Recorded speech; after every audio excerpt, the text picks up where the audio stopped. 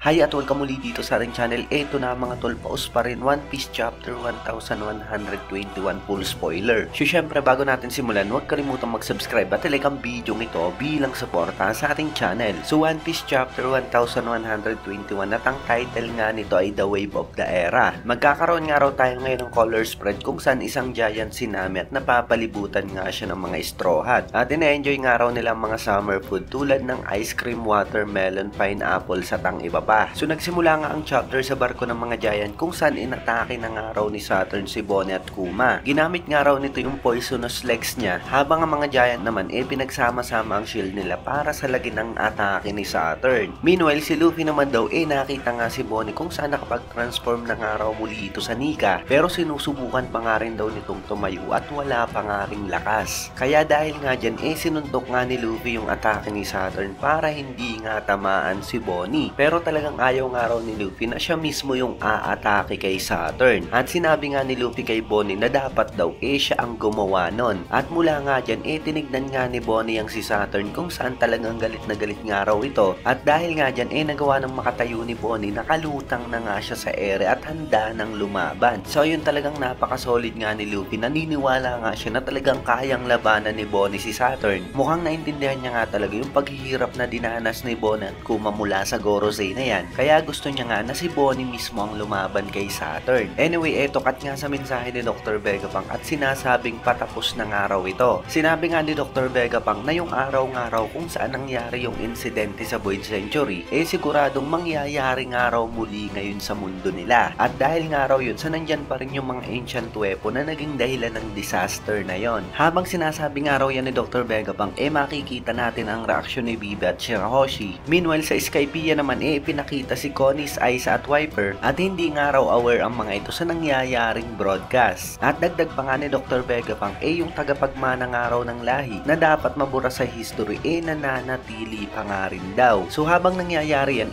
pinakita nga raw si Kuma sa Elbap ship at nagkaroon nga ng flashback sa nangyaring pag-uusap dati ni Dr. Vegapunk at ni Kuma patungkol sa mga Buccaneer. At ipinakita nga rin daw si Marco kung saan iniisip niya si Whitebeard nung time na sinabi nito sa kanya ang patungkol sa Land of God na nag-exist sa taas ng Red Line. At ipinakita nga rin daw si King kung saan iniisip nito ang mga Lunarian. Marami pa nga rin daw bandage ang katawan nito at nasa isang madilim na kwarto. Ipinakita nga rin daw si Pudding na nasa isang kulungan at naalala niya nga nung kabataan niya kung saan niloloko nga siya ng ibang bata dahil sa tatlo yung mata niya. So ayun, base nga rito yung tinutukoy na lahi ni Dr. Vegapunk na hindi pa nga rin daw nabubura syempre yung mga Buccaneer, yung mga Lunarian na alam nga natin na nag-exist dati sa taas ng Red Line kung saan tinatawag nga yung lugar nila ng Land of Gods. At mukhang pati nga ang Third Eye Tribe na lahi ni Pudding kasama nga rin doon. Kaya rin siguro sinasabing kaya nga nilang mabasa ang mga poneglyph. Sukat nga muli sa Elbap ship kung saan inaatake pa nga rin daw ni Saturn si Bonnie. Pero talagang sinasalag naman daw ni Luffy lahat ng ataking binibitawan ng Gorosei. At mula nga dyan naalala ni Bonnie yung mga memory ni Kuma nung time na unang nagkita si Saturn at Kuma sa God Valley. Naalala niya nga rin ang nanay niyang si Genie at nung time na sinabi ni Saturn na siya nga ang nag-eksperimento kay Genie. At mula nga dyan talagang galit na galit nga si Bonnie kay Saturn habang sinasabi niya nga na how dare you para gawin yun sa nanay at tatay niya. Hindi nga raw talaga mga Diyos ang mga ito pero talagang nag-e-exist nga raw ang Diyos. At mula nga dyan makikita nga raw natin ang reaksyon ni Sentomaru at Kizaru kay Bonnie. Nakahiga pa nga rin daw si Kizaru at naalala nga ni Bonnie nung time na kinekwento sa kanya ni Kuma ang Sun God Nika. At sabi nga ni Kuma definitely darating araw ito at sasagipin niyang si Bonnie. At mula nga dyan talagang umiiyak nga raw si Bonnie habang sinisigaw niya kay Saturn na ang hero nga raw ay nag-e-exist. Gusto niya nga raw talaga mabuhay silang tatlo, ang nanay at tatay niya nang magkakasama sila, kahit na nga raw naiisip niya na gusto niyang mamatay na lamang pag naiwan siyang nag-iisa. At mula nga dyan ipinakita kung saan na-imagine ni Bonnie yung buhay niya. Isa nga siyang baby at kasama niyang namumuhay si Genie at Kuma. At sinabi nga ni Genie at Kuma na salamat Bonnie dahil sa isinilang araw ito. So bali ayun na nga mga tol yung masakit na katotohanan para kay Bonnie na hindi niya nga talaga mararanasan ito. Pero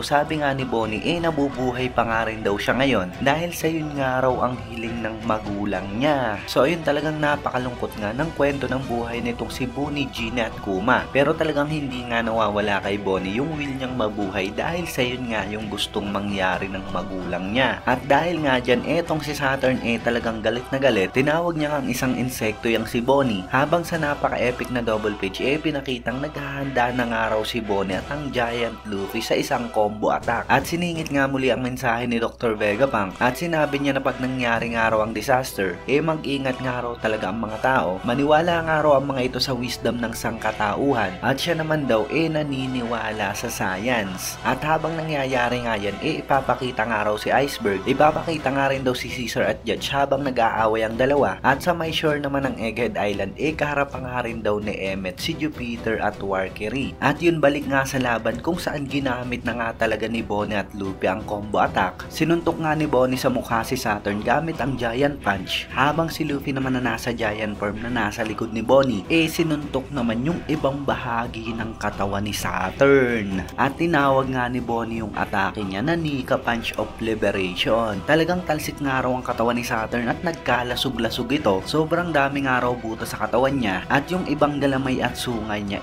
talagang napahiwalay nga raw sa katawan. At ang matindi pa nagsimula nga raw itong maglaglagan sa dagat. So ayun na nga mga tol, talagang wasak na wasak nga si Saturn. Napakaganda nga nung tawag sa atake ni Bonnie na Nika Punch of Liberation, para bang pinapalaya niya yung sarili niya mula sa pang-aalipin ni Saturn. At yun, alam natin na pwede nga mag-regenerate muli si Saturn, pero what if kung sakaling lumubog na nga lang ito sa dagat? Hindi pa nga sigurado kung talagang kahinaan din nila ang dagat, pero base nga sa mga nagiging laban dito sa Egghead Island, parang umiiwas din sila sa dagat. Kaya ayun, possible na maaaring yun nga ang maging kahinaan ng mga Gorosei. So dahil nga dyan, talagang chinicheer daw ng mga giant si Bonnie at Luffy, habang makikita nga raw natin na merong konting ngiti sa mukha ni Kuma. Umiiyak nga raw talaga si Bonnie, habang sabi naman ni Luffy, pinalipad nga raw nila ito at talagang napakagaling nga raw ng ginawa ni Bonnie. Habang ipinapakita naman ng Thousand Sunny at lalanding na nga malapit dyan sa Elbap ship. At makikita nga raw natin si Usopp, Chopper, Jinbei at Zoro, habang patuloy naman daw ang mensahe ni Dr. Vegapunk. Sabi nga ni Dr. Vegapunk, yung pagkamatay nga raw ng katulad ni Roger at Whitebeard, opening pa nga lang daw para sa mga bagong pirata. Meron nga raw talagang mga hindi na mapipigilan at talagang napakalapit na nga raw ng mga taong ito sa katotohanan. At parang sinet up nga raw ni Goldie Roger ang trigger para maging ganito nga raw mula sa umpisa. At makikita nga raw natin yung flashback ng chapter 1 nung sinabi ni Roger na kung gusto ba raw ang treasure niya, subukan nga raw at hanapin ito, at iniwan niya nga raw lahat ng kayang i-offer ng mundong ito sa iisang lugar. At dagdag nga ni Dr. Vegapunk, hindi nga raw nakakasiguro na yung tao na gusto ni Joy Boy siyang makakakuha nun. So kumbaga para kay Dr. Vegapunk, hindi nga sigurado kung sino ba ang makakakuha ng One Piece, kung mapupunta ba ito sa mabuting kamay. Pero tingin ko nga alam na nga ni Joy Boy bago niya pa i-set up ito na siya nga mismo sa katauhan ni Luffy ang makakakuha ng One Piece. At napakasama naman kung sakaling si Blackbeard nga ang maging hari ng mga pirata. So ayun, cut naman sa reaction ng iba't ibang mga tao sa mundo sa Hachinosu, kung saan talagang naghihintay ng araw ang mga pirata para sa pagbabalik ni Blackbeard, at talagang gustong gusto ng araw maglayag ng mga ito.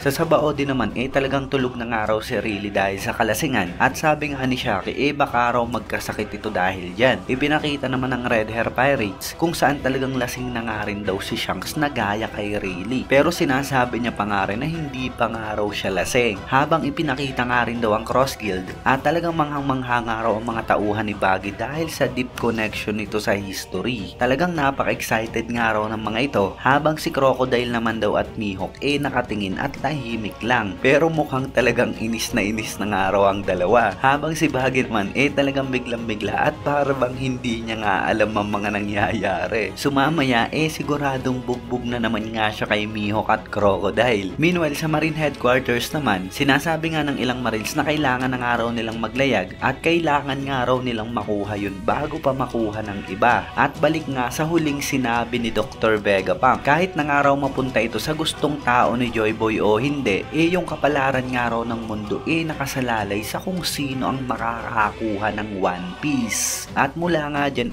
talagang napamura si Redo ng liquor dahil sa napakagandang final double page ng chapter ipinakita nga ang mga major character ng One Piece. Si Monkey D. Luffy, si Marshall D. Teach, si Shanks, si Buggy, si Akaino, si Dragon, si Imu, si Kobe, si Kusan, si Figureland, Garling at Sabo. Pero ang matindi sa mga mga major characters ng araw na yan, may ipinakita nga na isang misteryosong karakter na nakasilhouette. Isa nga itong misteryosong lalaki na merong kapa, na merong espada, na talagang parehong-pareho nga raw sa espada ni Shanks. So I think ito na nga mga tol, yung isa sa mga Holy Knights. Alam natin na si Garly nga yung commander nila, pero sa tanda nga nito, maaaring hindi na nga siya yung pinakamalakas. At siguradong ang karakter nga na ito na halos parehong-pareho kay Shanks, maaaring related nga talaga o kapatid ni Shanks, at siya nga ang pinakamalakas sa mga Holy Knights. So siguradong yung mga major character nga na ipinakita sa huli, siyang talagang maglalaban-laban para makuha ang One Piece. Nakaka-hype nga talaga ito at nakaka-excite na maabot nga natin yung pinakahuling laban ng kwento. So ayun, let me know na lamang mga tol sa comment section below kung ano ba ang reaction nyo sa chapter na to. Bali may break pala tayo next week, kaya 2 linggo yung hihintayin natin para sa kasunod na chapter. Kung nagustuhan mo ang video natin, huwag mo sana kalimutan mag-iwan ng like dahil napakalaking tulong na yan para sa ating channel. At yun, maraming salamat sa inyong panonood at mag-iingat kayo palagi. Bagang!